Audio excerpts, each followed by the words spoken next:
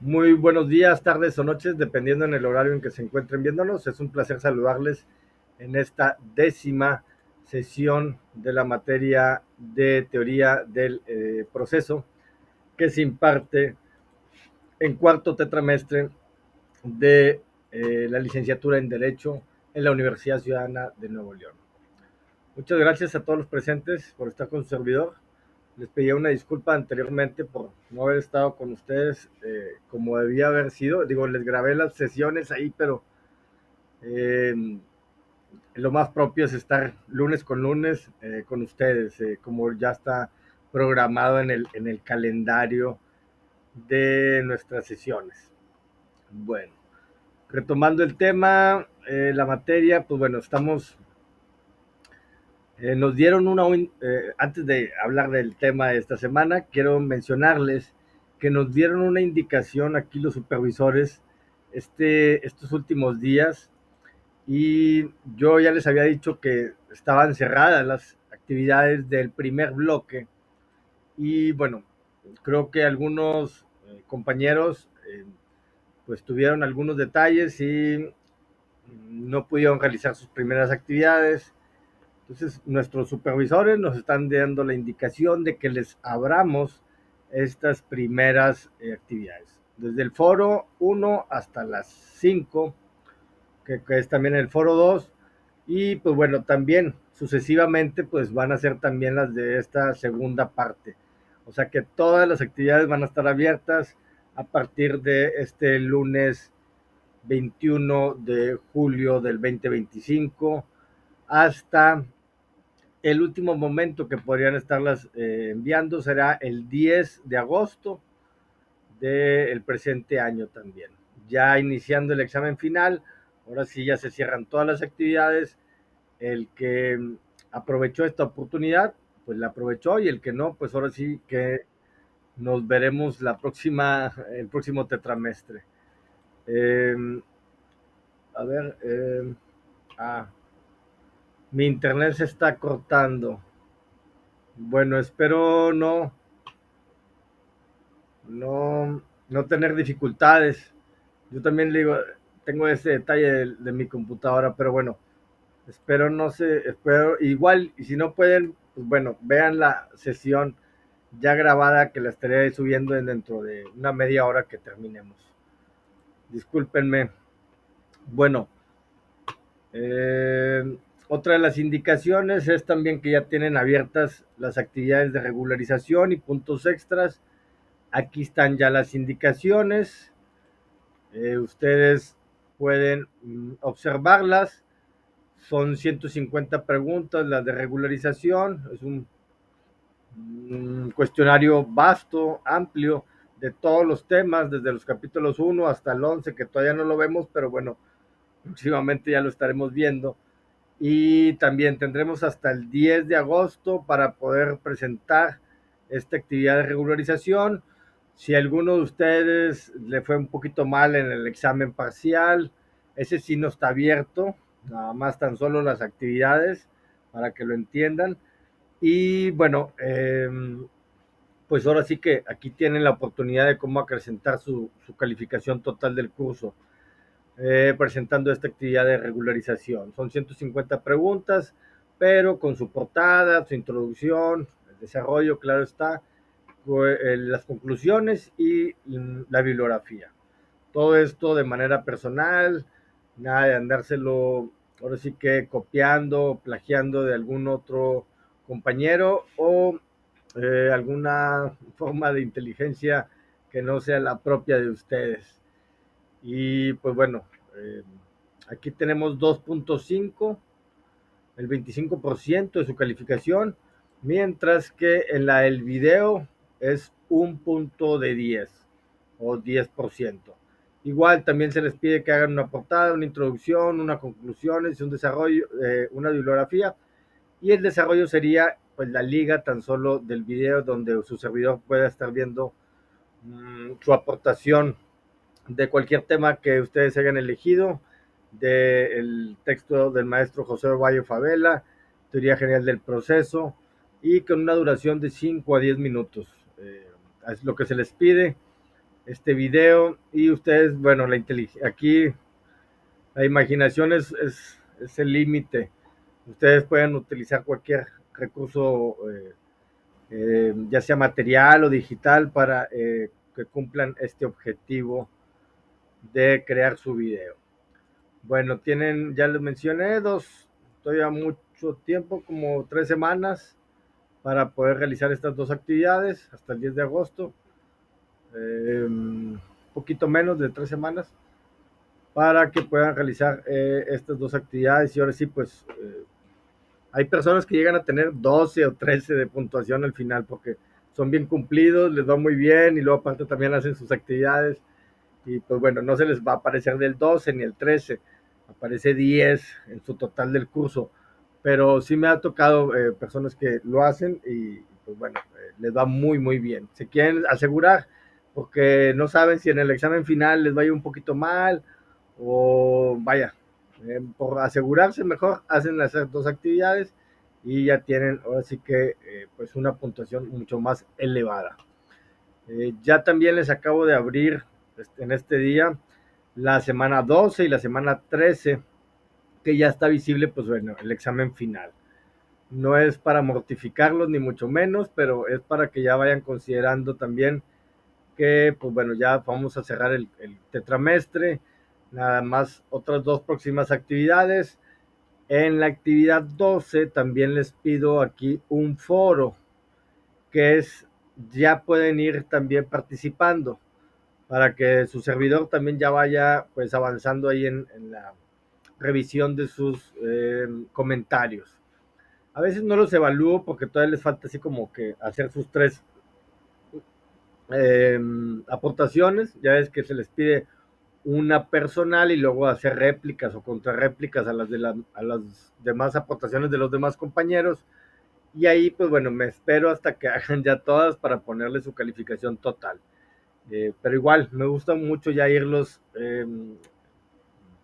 leyendo y más me gusta es cuando sus comentarios son de una manera ya que después de estos 4 meses o 3 meses y medio menos, pues bueno, ya aprendimos qué es la teoría general del proceso. Y eso me enriquece mucho. A mí yo digo, estoy comprometido con todos y cada uno de ustedes en su aprendizaje en esta materia. Entonces, aquí es cuando yo ya veo que en verdad ahora sí, que me valga la expresión, les cayó el 20, aprendieron algo. Ahora sí, en el morralito de sus conocimientos, ya estos conceptos ya son propios y pues bueno, como futuros abogados eso es esencial, ¿no? Y bueno, ahora sí vamos a lo que es esta clase que también es sumamente esencial que conozcan lo que son los actos procesales. Perdón, es una semana en donde estaremos viendo este capítulo de los actos procesales en general, pero donde hay muchos términos que nosotros como abogados los utilizamos a diario, ¿no? Y pues bueno, ustedes también como futuros abogados lo deben de conocer y apropiarse. Como objetivo de esta sesión es comprender la importancia de los actos procesales y su incidencia en el desarrollo del proceso judicial.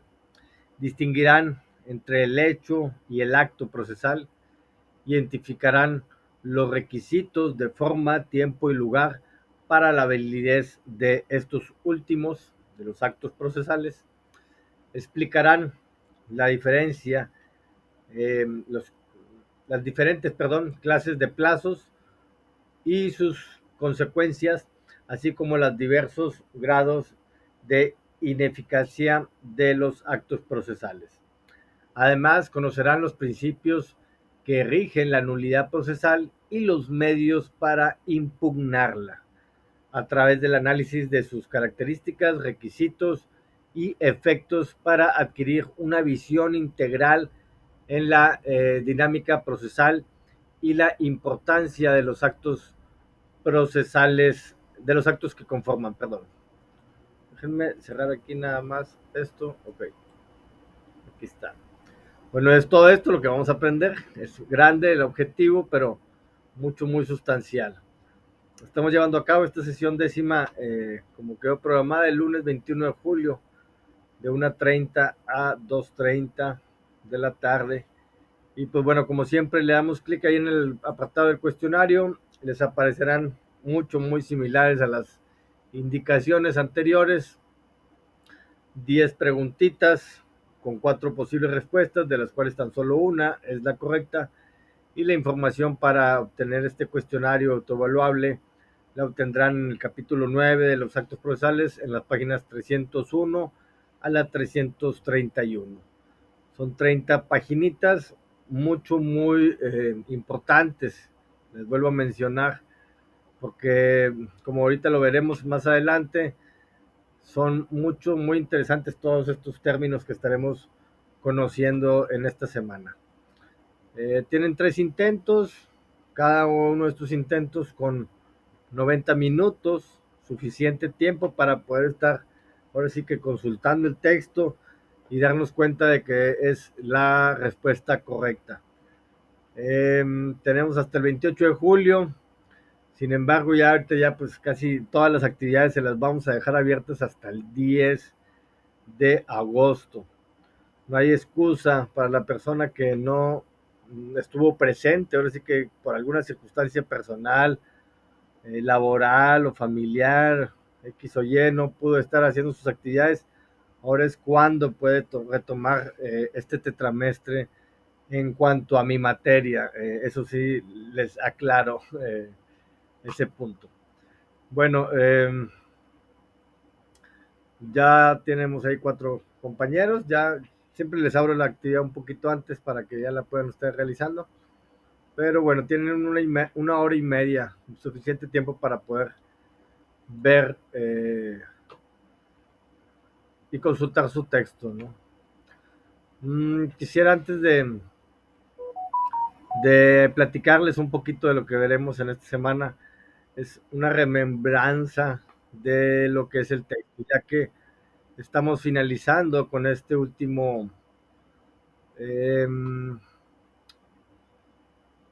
este último parte, perdón.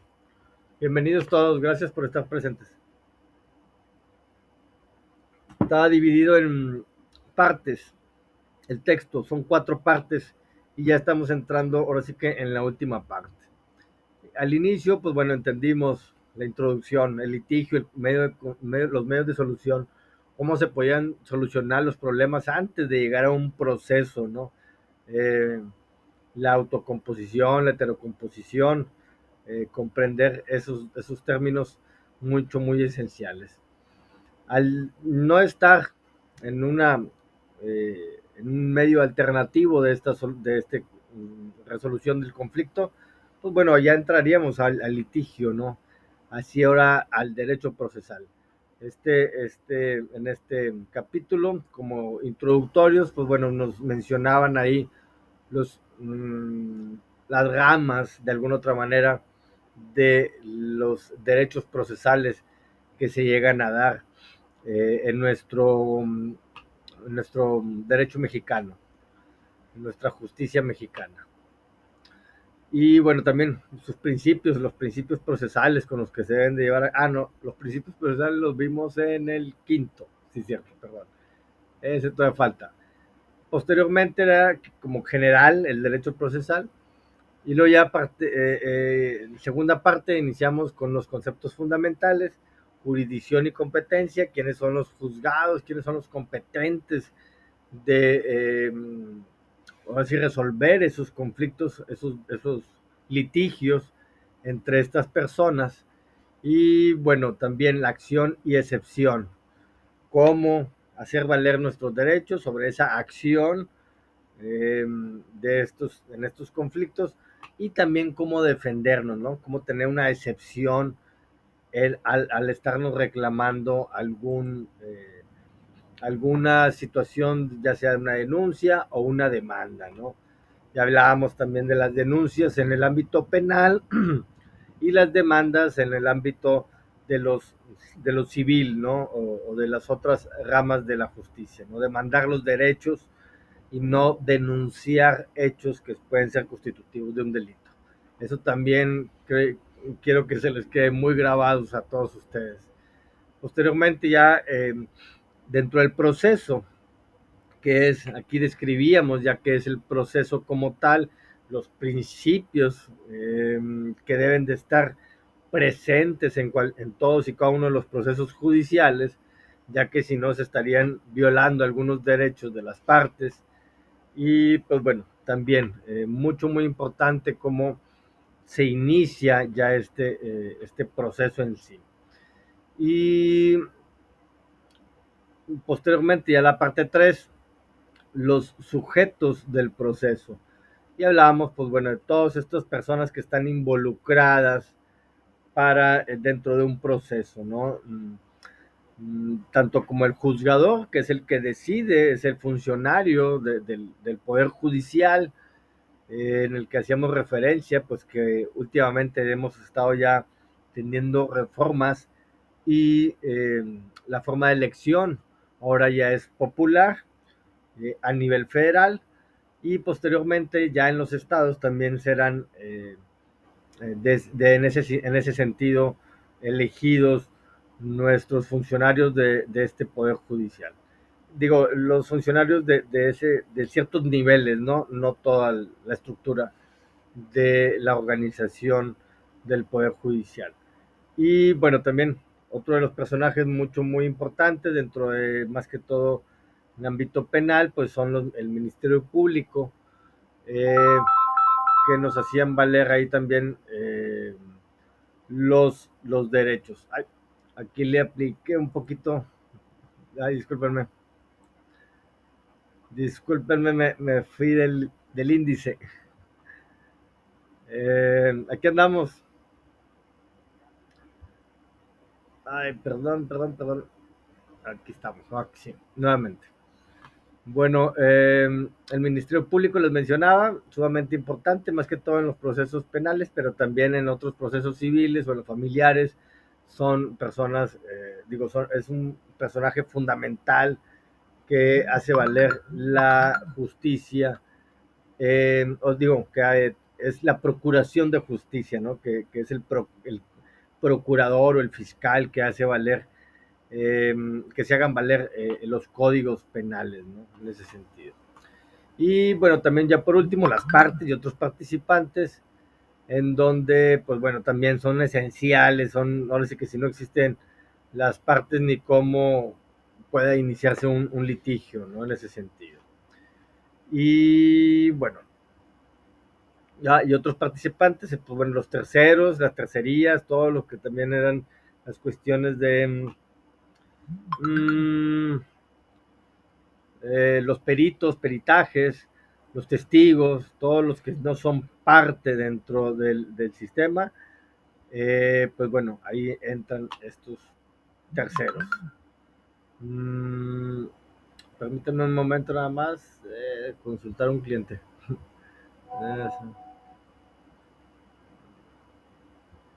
Ok, discúlpenme.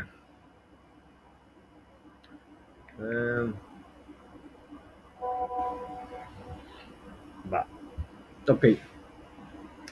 Bueno, ahora sí, ya iniciamos el próximo, diga, la última etapa, los actos procesales.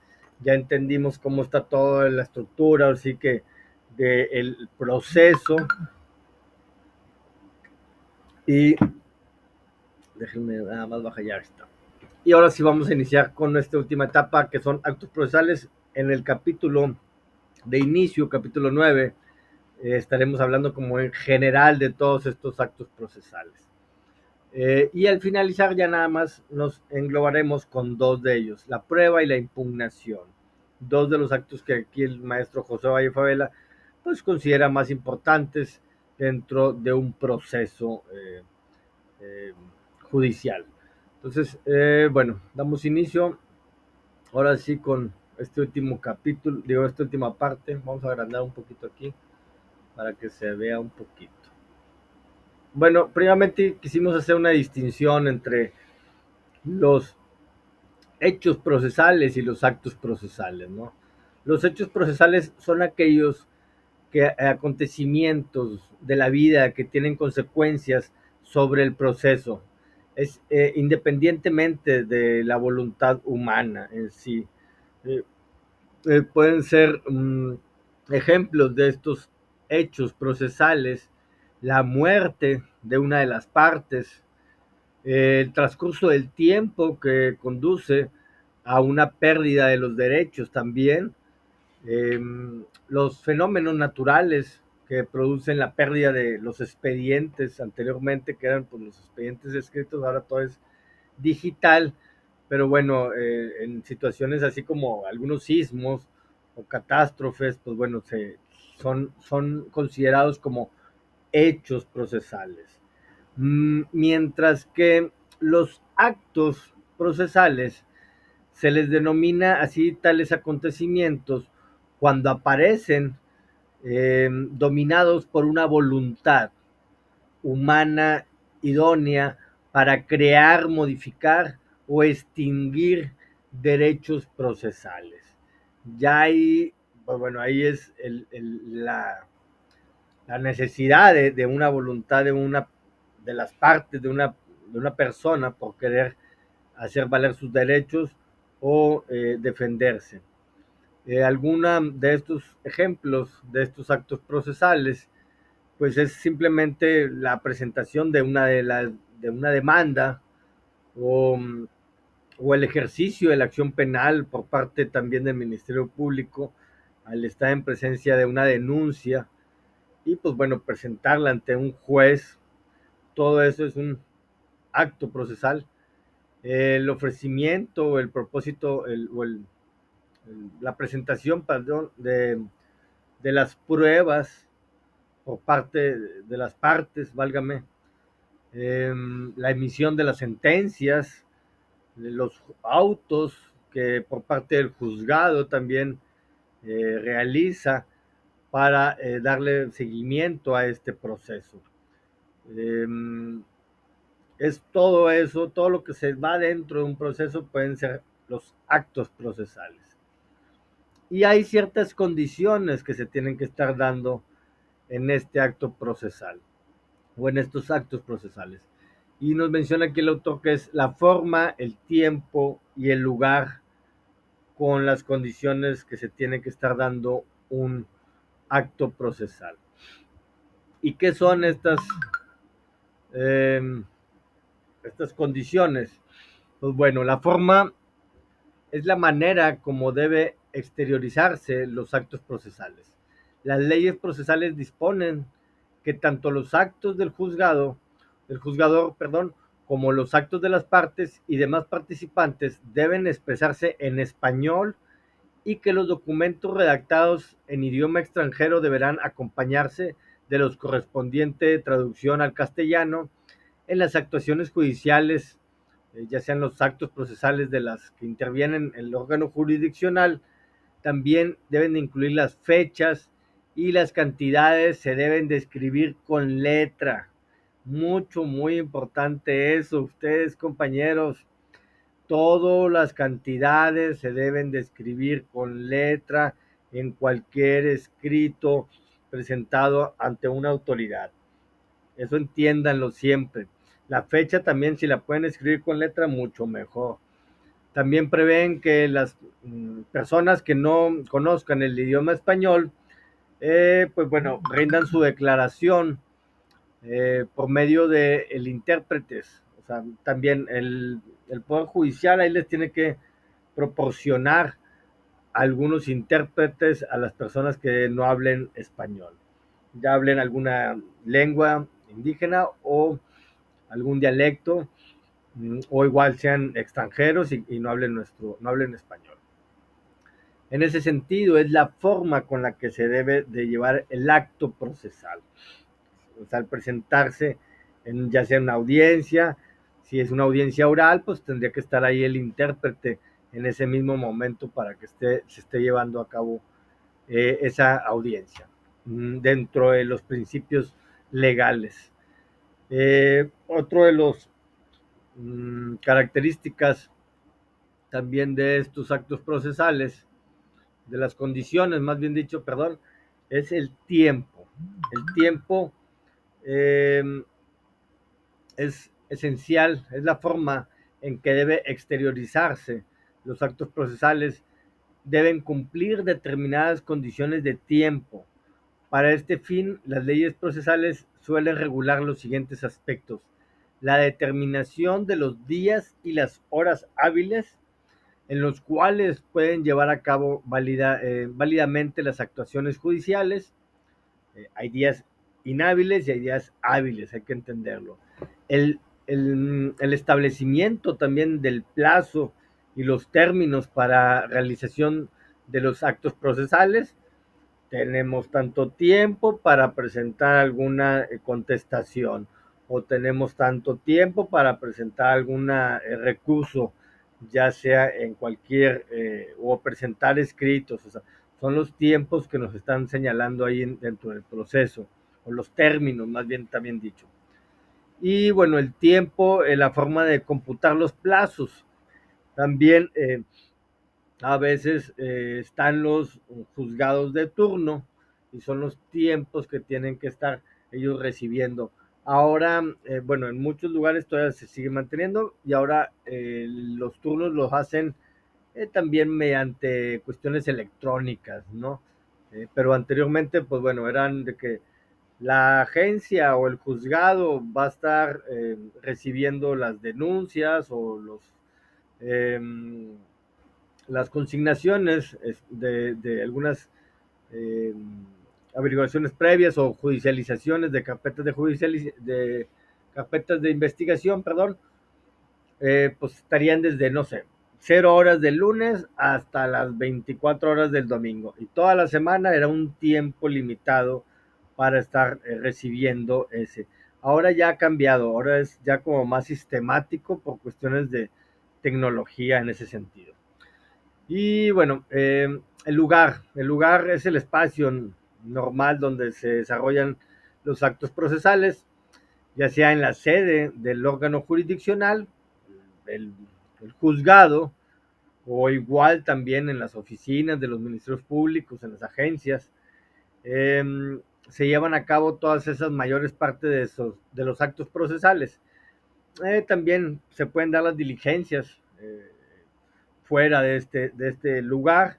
Y bueno, son inspecciones judiciales o inspecciones donde se tiene que dar fe ministerial en ciertos lugares de donde se sucedieron los hechos, ¿no?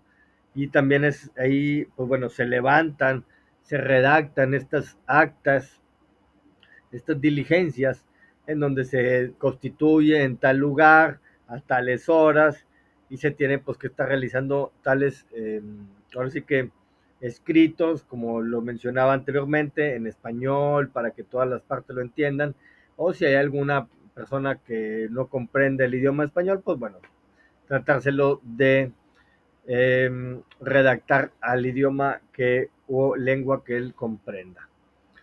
Eh, bueno, esos son lugar, diga, forma, tiempo y lugar. Los mm, La clasificación de los actos procesales. Eh, Puede ser también, bueno, más que todo ahí se pueden dar de distintas maneras. Y, ay, permítame admitir a un compañero más. Bienvenidos, gracias.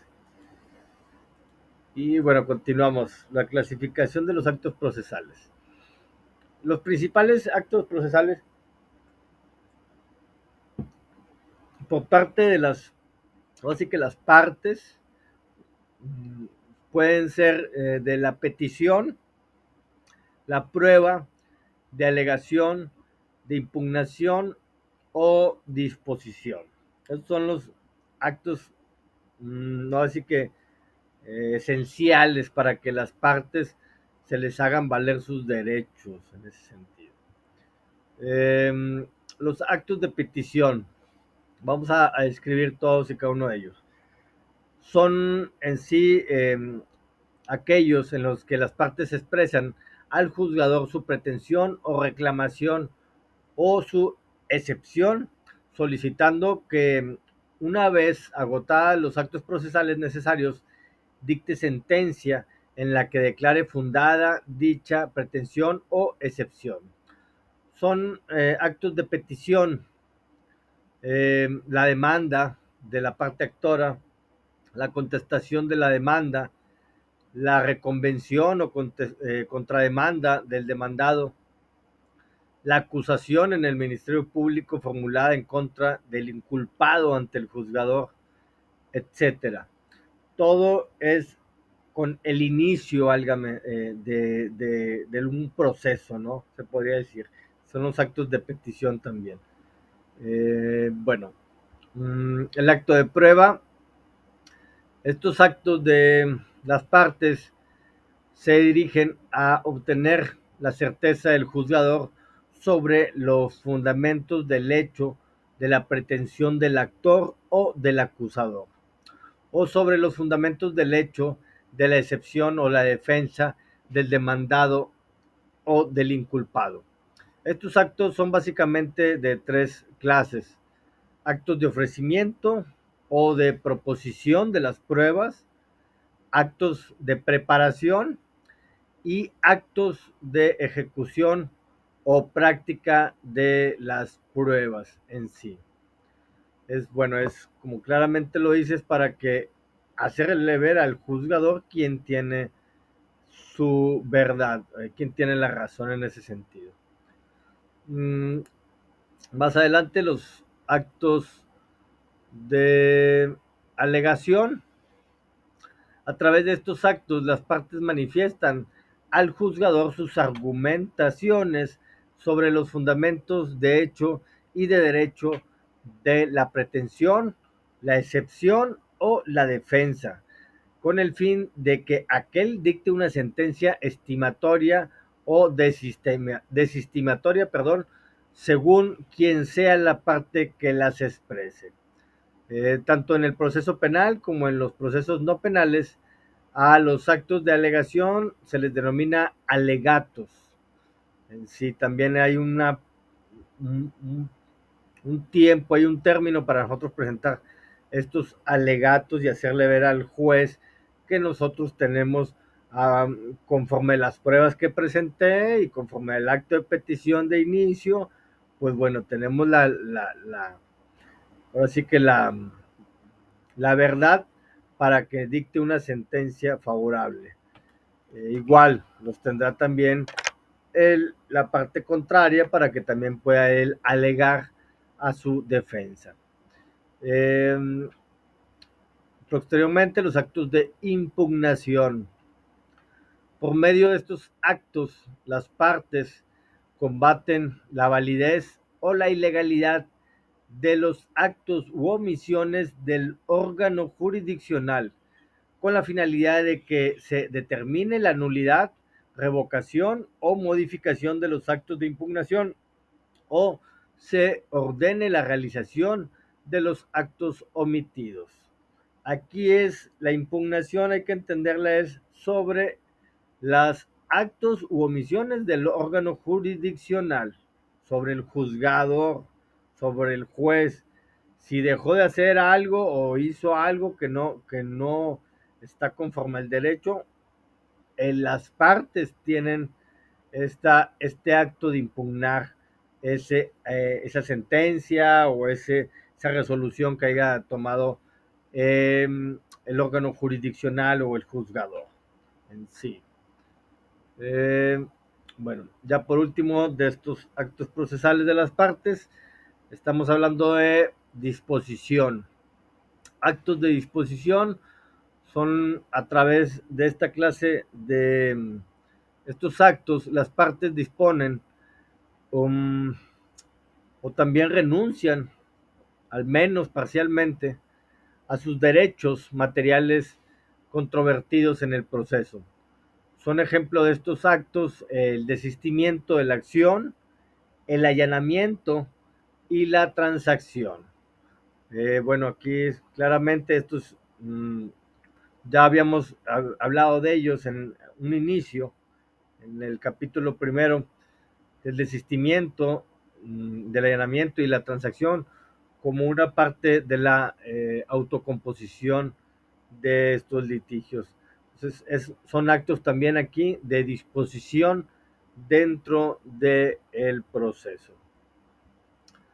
Bueno, los actos, ahora sí ya terminamos con ese capítulo. Está un poquito extenso, pero está muy, muy interesante esta parte. Bueno, este capítulo de los actos procesales. Eh, Vamos sobre los actos procesales del órgano jurisdiccional. Habíamos hablado de las partes, todos los actos que podían estar haciendo estas personas, estas partes, para hacer valer sus derechos o igual dentro del proceso eh, justificar tal vez también con pruebas, con alegatos, pues sus excepciones, ¿no? Sus defensas en ese sentido. Y bueno, ahora sí, los actos que hacen y que también le dan seguimiento a este proceso pueden ser resoluciones judiciales, audiencias, actos de ejecución y comunicaciones procesales. Estos actos procesales son únicos y exclusivos del órgano jurisdiccional, del juzgado, de la sala de los magistrados, de la Suprema Corte de Justicia, ¿ok? Todo ese órgano jurisdiccional. Y bueno, con la expresión del origen hispánico, actuaciones judiciales, se pueden designar genéricamente todos los actos procesales del órgano jurisdiccional. Dentro de este nombre genérico quedan comprendidas las resoluciones judiciales, las audiencias, los actos de ejecución y las comunicaciones procesales.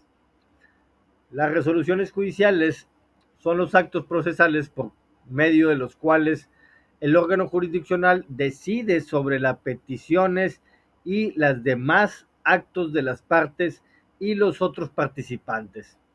La más importante en el proceso es la sentencia, en la que el juzgador decide sobre el litigio sometido a proceso.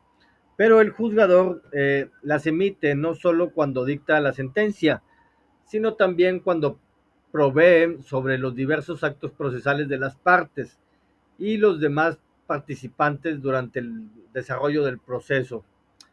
En esta segunda clase se les también denomina autos. No sé si ustedes lo hayan escuchado anteriormente, pero bueno, hay autos judiciales, ¿no? Y olvídense de cualquier coche de 4 llantas o de combustión o eléctrico, no, no, no, son autos judiciales, ¿no? Son también dentro de sus resoluciones, así se les llama a pues sí, a estas decisiones que ha tomado el juez dentro del proceso, para que también ya lo vayan considerando y pues bueno, así que admítanlo en su acervo cultural, los autos judiciales. Otra de esencial de las maneras que lleva a cabo su trabajo el órgano jurisdiccional, los jueces, es la audiencia. Son las audiencias que se llevan con las partes, ¿no? En ese sentido. Y bueno, aquí habla también el autor desde la palabra, ¿no? Y la palabra proviene del latín audientia, que significaba el acto de escuchar, de oír, más que todo. Y en el Imperio Romano designaba el acto durante el cual el juez escuchaba los alegatos de las partes.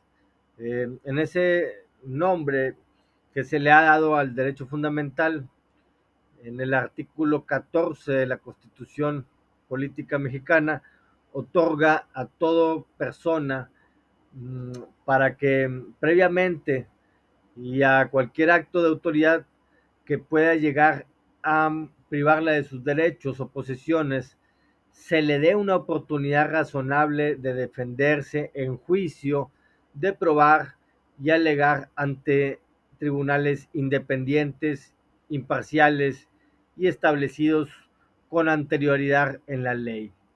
En ese sentido es el derecho de audiencia que nos otorga nuestra Carta Magna a nosotros antes de ser enjuiciados, que nosotros seamos escuchados, ¿no?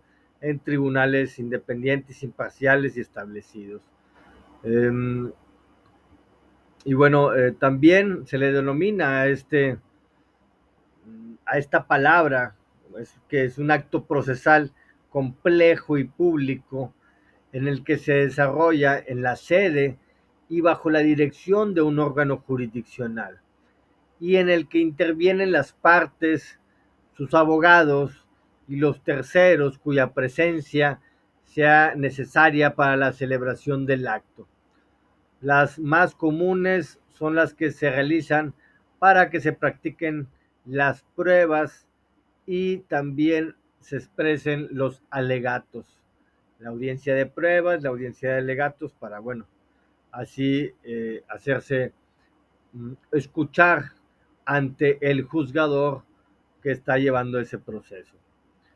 Sumamente importante, ¿no? Ese término de las audiencias, también que ustedes lo consideren y lo vayan comprendiendo. Y bueno, como nuevamente les decía, ahí el 14 constitucional es el que nos da o nos otorga el derecho de la audiencia en cualquier de los tribunales que nos esté siendo enjuiciados, ¿no? Y bueno, actos de ejecución, más adelante nos habla sobre actos de ejecución, y son aquellos a través de los cuales el órgano jurisdiccional hace cumplir sus propias resoluciones. Debemos distinguir entre los actos con los que el tribunal hace cumplir sus autos, es decir, las resoluciones que dicta durante el desarrollo del proceso, y los actos con los que lleva a cabo los actos de ejecución coactiva de la sentencia definitiva.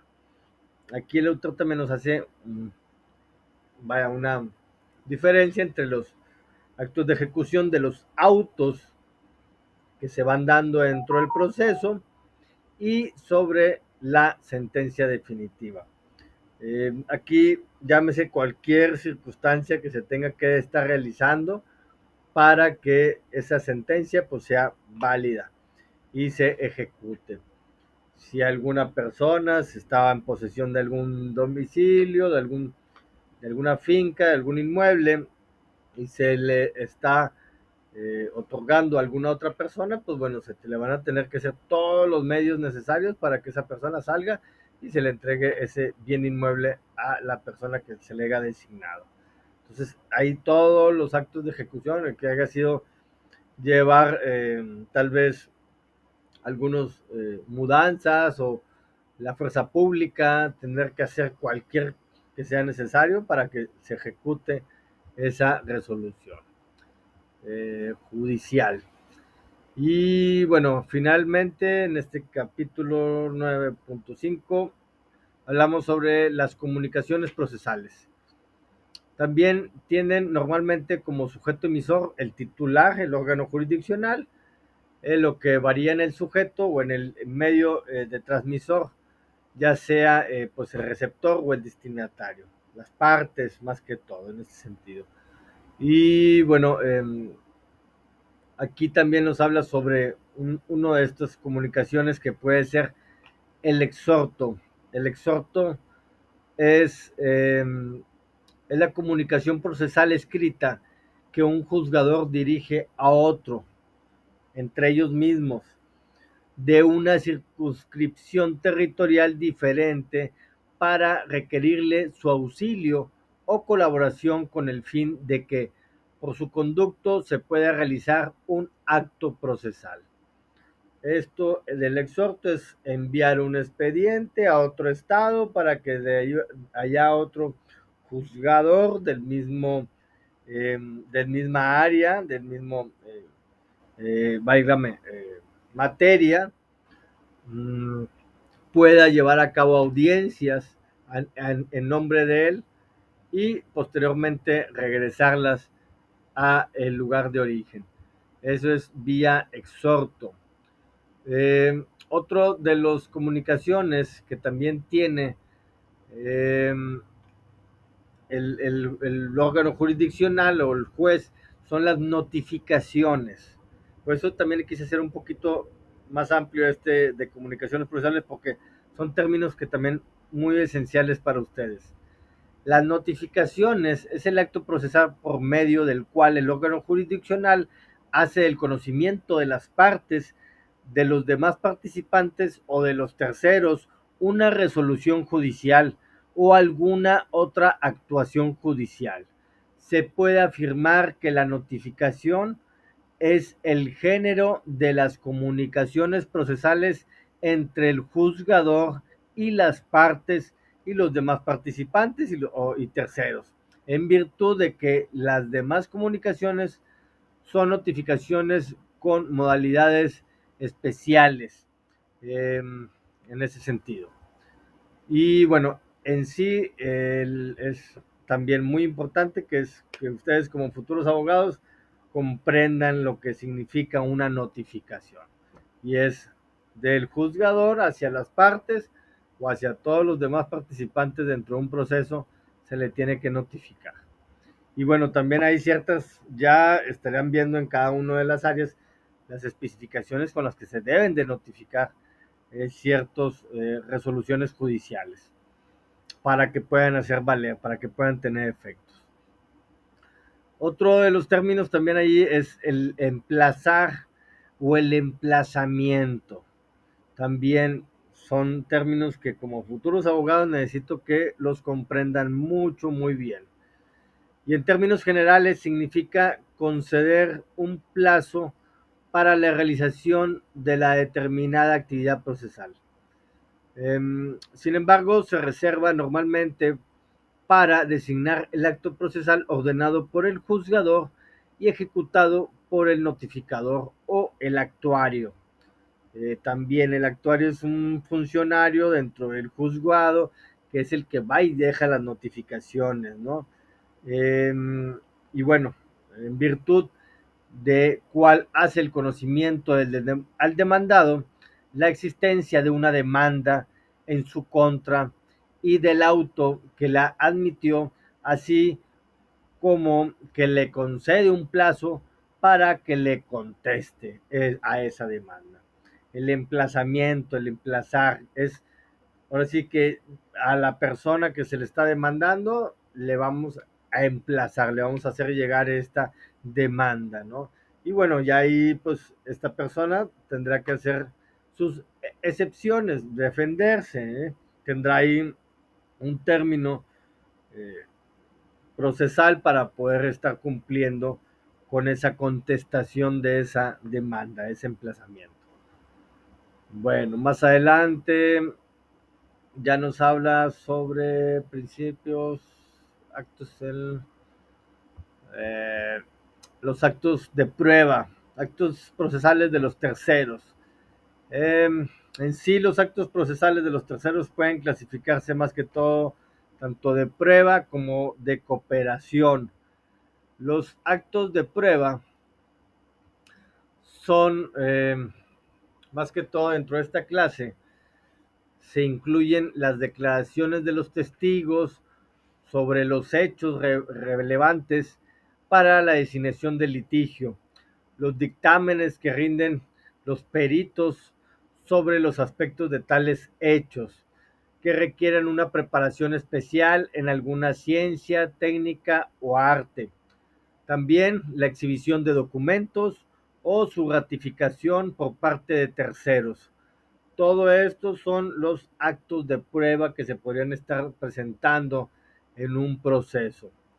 Y mediante los actos de cooperación es una categoría que podemos destacar los diversos actos de colaboración que deben presentar los demás autoridades para dar cumplimiento a las resoluciones judiciales, como la ejecución de multas, arrestos, presentación de personas por la fuerza pública, etcétera, así como aquellos que deben llevar a cabo los particulares para el mismo fin.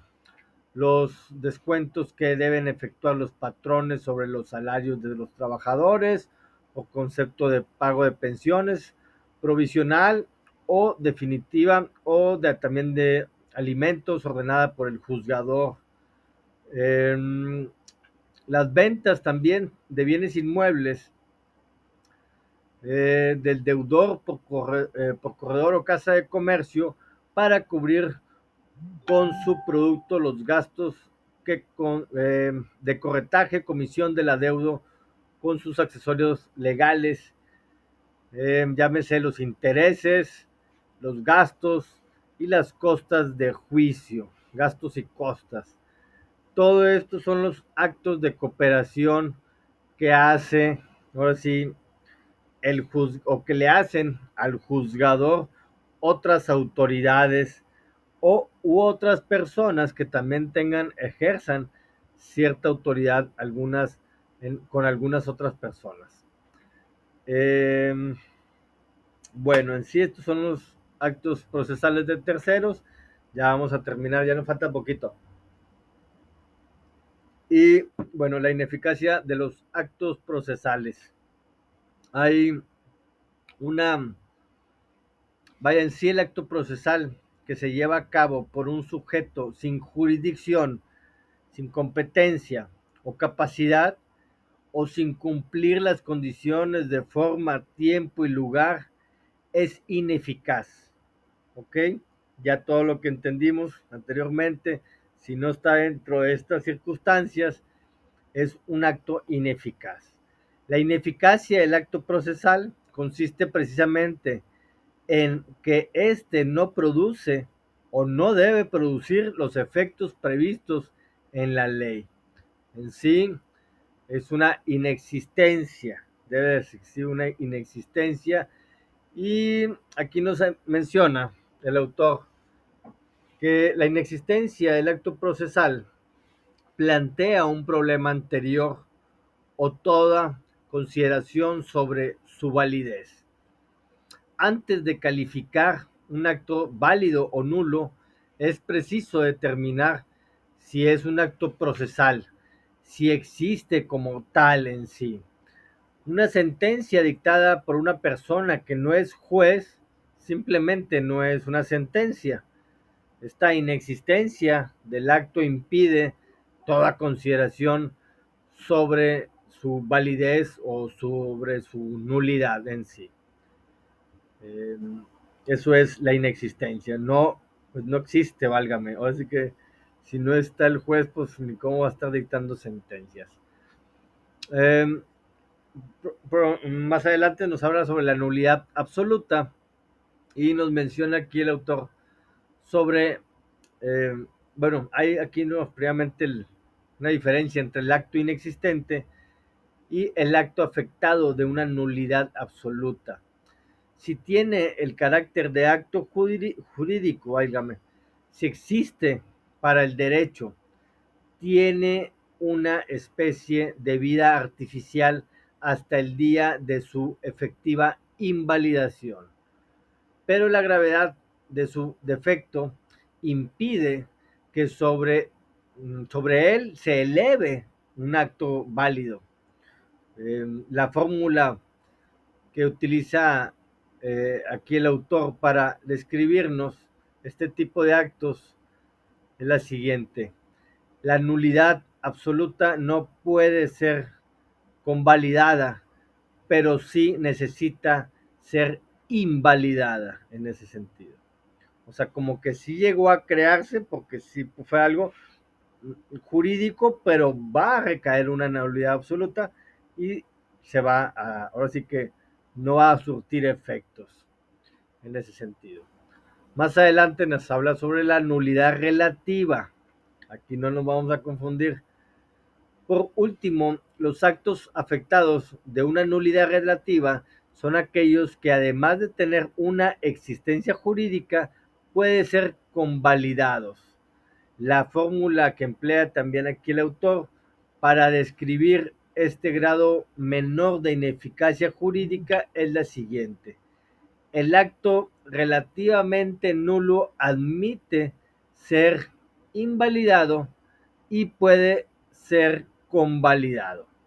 O sea que aquí estaría en cierta manera ciertas cuestiones invalidando una cierta parte, pero sí se estará convalidando otra que puede estar surtiendo efectos en ese sentido.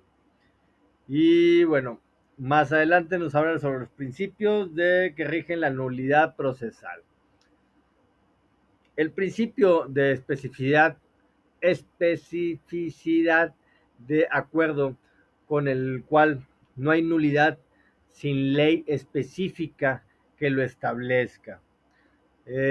Existe también el principio de la trascendencia conforme al cual solo procede decretar la nulidad de un proceso, de un acto procesal cuando la infracción cometida afecte realmente algún derecho esencial de las partes en el juicio.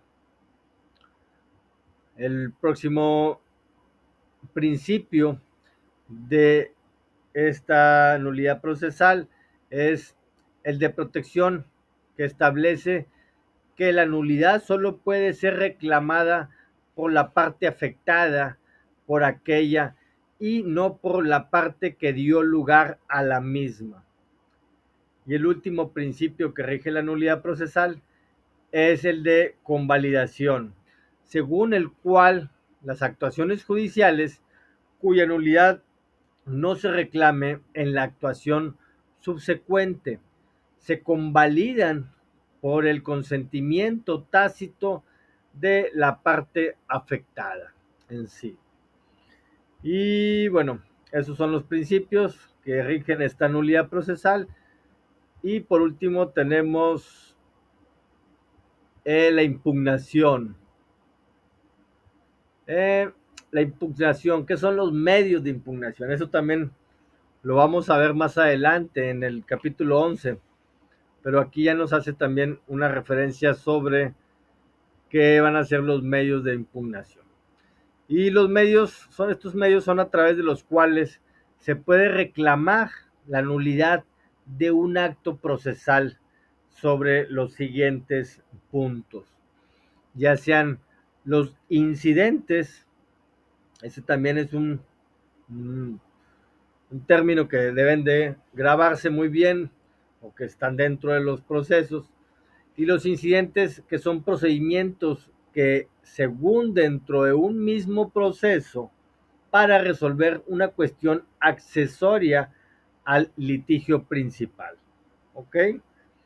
Podemos hablar ahí de un divorcio, una separación de personas del vínculo matrimonial, pero al ya estar en una resolución, una sentencia de ese desvínculo, se puede estar solicitando de manera incidental también que ese juzgado declare la pensión alimenticia de algunos menores, o igual también la disolución de la sociedad conyugal, de los bienes adquiridos dentro de ese matrimonio, se puede estar manejando de manera incidental en ese sentido. ¿Y qué es esto? Pues bueno, no resuelve el, la cuestión del litigio principal, pero sí es algo accesorio en ese sentido para ahora sí que resolver en ese mismo proceso estas situaciones y no estar presentando nuevamente una demanda de pensión alimenticia o una demanda de la disolución de sociedad conyugal. Como ejemplo.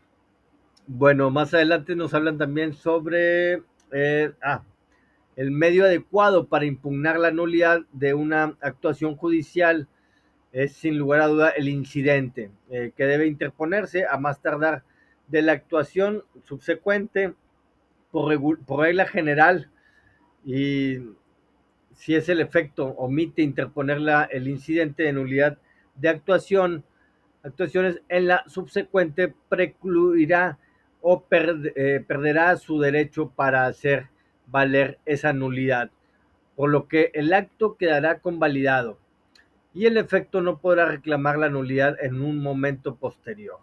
Son tiempos que tiene que estarse presentando para poder presentar estos medios de impugnación en sí. Y bueno, en el proceso civil también nos menciona aquí el autor, si se permite reclamar la nulidad de actuaciones anteriores a la sentencia definitiva a través del recurso de apelación que se interponga en contra de esta cuando el apelante tenga conocimiento de actuaciones con posterioridad a la fecha de la sentencia apelada o cuando sea una persona extraña al juicio por no haber sido parte en este y aún así y aún siendo parte no haber sido emplazada legalmente. En ese sentido, ahí sí hay una nulidad de actuaciones. Todo se regresa en ese sentido hasta el inicio porque no se le emplazó debidamente a uno de los a una de las partes en ese sentido. En el proceso penal también se admite que reclame la nulidad de actuaciones con motivo de la interposición de la apelación por medio de las cuales se denomina la reposición del procedimiento. También si hubo algunas circunstancias en el ámbito penal, hablamos de torturas o del mal debido proceso, eh, pues bueno, ahí también vamos a tener que hacer una reposición del procedimiento. En materia civil se puede promover la nulidad de todo proceso a través de un proceso posterior cuando el primero haya sido producto de un error de hecho o cuando el proceso haya sido fraudulento. Tendremos que comprobarle ante estos juzgadores ese sentido y pues bueno, ahí sí nos responderían todas las o nulificarían, se podría decir, todo ese proceso en sí que ya se ha realizado. Bueno, ya llegamos, ya hasta me pasé un poquito más, discúlpenme, pero bueno, estábamos ya cumpliendo con todo el capítulo en sí. Y posteriormente, ya les mencionaba, hablaremos un poquito también de la impugnación más adelante y de la prueba. Capítulos más pequeños, mucho más, ya nos vamos a ir más light, pero bueno, con mucho gusto de estar aquí con ustedes, tratando de enseñarles semana a semana, pues bueno, ahora sí que un poquito más de teoría del proceso.